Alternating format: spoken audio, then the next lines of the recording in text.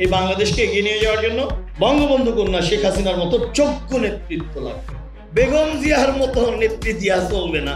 Social মিডিয়াতে গালি দাও কেন? মাহিয়া মাহির সাথে কুরুচিপূর্ণ ফোন আলাপের পর ব্যাপক সমালোচনা হয় তৎকালীন এমপি ডাক্তার মুরাদ হাসানকে নিয়ে। এর আগে এবং পরে নানা বিতর্কিত কর্মকাণ্ডেও জড়ান তিনি।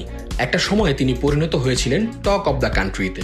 কিন্তু সেই ডাক্তার মুরাদ হাসান এখন কোথায়? দ্বাদশ জাতীয় সংসদ নির্বাচনে আওয়ামী লীগ থেকে মনোনয়নও দেওয়া হয়নি সাবেক তথ্য ও সম্প্রচার প্রতিমন্ত্রী ডাক্তার মুরাদ হাসানকে। স্বতন্ত্র প্রার্থী হলেও হেরে যান তিনি।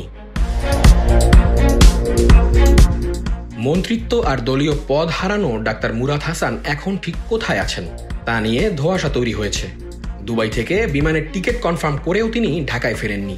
তিনি কি এখনো দুবাই বিমানবন্দরেই অবস্থান করছেন নাকি তৃতীয় কোনো দেশে গেছেন তা এখনো নিশ্চিত নয়। জানা যায় বহিষ্কৃত সাবেক তথ্য প্রতিমন্ত্রী ডাক্তার মুরাদ হাসান দেশে ফিরেছেন গত 12 ডিসেম্বর। বিতর্কিত মন্তব্য ও নারীদের নিয়ে অশোভন বক্তব্য দিয়ে প্রতিমন্ত্রীর পদ হারিয়ে দেশ ত্যাগ করে কানাডায় গিয়েছিলেন তিনি। কিন্তু দেশটিতে ঢুকতে না পেরে দুবাইয়ে চেষ্টা করেন।